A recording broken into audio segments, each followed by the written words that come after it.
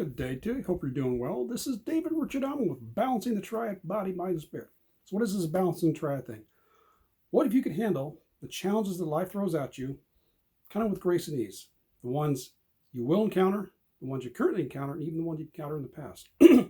That's what I found out for myself is when I went through the most challenging thing I've gone through so far is I went in for a biopsy for the tumor in my sinus.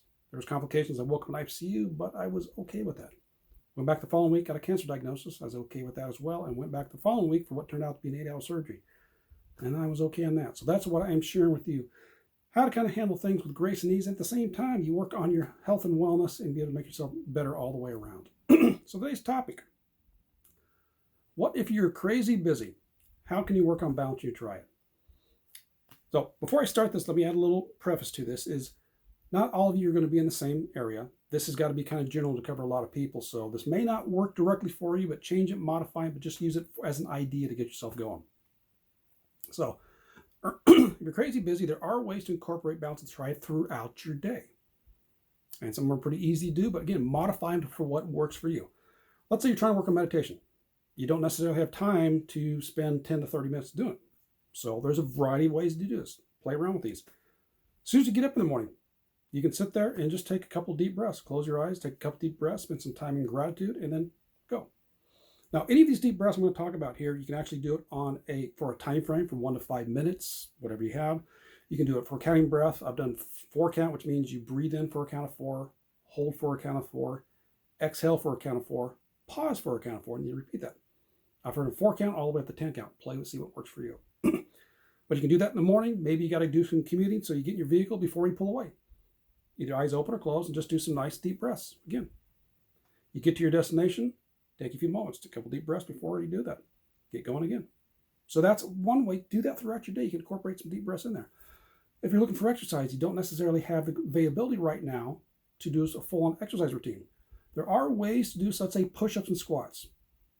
And push-ups you can do against a wall, so you don't have to get down on the floor. You can if you want to. You can use the desk as a height for doing it.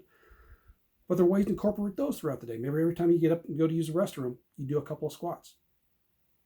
Maybe every time you take a break, you do a couple of push-ups against the wall. Now, one thing you may have to deal with here is like, great, if I do this, people are going to think I'm going to be funny. What are they going to think rude of me? They're going to think I'm goofy. Well, maybe, maybe not. But what's more important to you? Again, play with these ideas, what works for you. If you got a break, can you go for a 5-minute walk around the building? Can you sit there and if you go on a lunch break or wherever, can you sit next to a plant for a treat and spend some time in nature?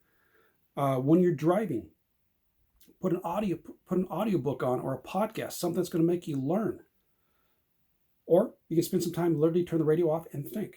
Spend some time with yourself, go through your thought process. What can you do? So those are, anything like that there. Incorporate, weave it in throughout your day. So let's break down the body real quick. So I gave an example of how you can do exercise. And if you can go for a 5-10 minute walk during lunch break or whatever. You can do the first thing in the morning, maybe the night before you go to bed. Whatever works for you. Go for a little walk. That's getting some exercise in for your body. Make sure you get some good food. That means plan ahead of time. Nutrition, that's your nutrition part. Get rest. Takes a little preparation to make sure you get enough rest throughout the day and at night when you sleep. With the mind. The idea of listening to a podcast or an audiobook, and what I'm referencing here is not a book strictly for entertainment. Something's going to make you think. Something's going to better your life for personal growth and development. That's working on your analytical mind, logical mind. For a creative mind, maybe you can do some drawing, maybe play a little game or something. For your subconscious, that means being aware of everything you put into your mind, being aware of what you watch, you listen to, and that's something done throughout the day no matter what.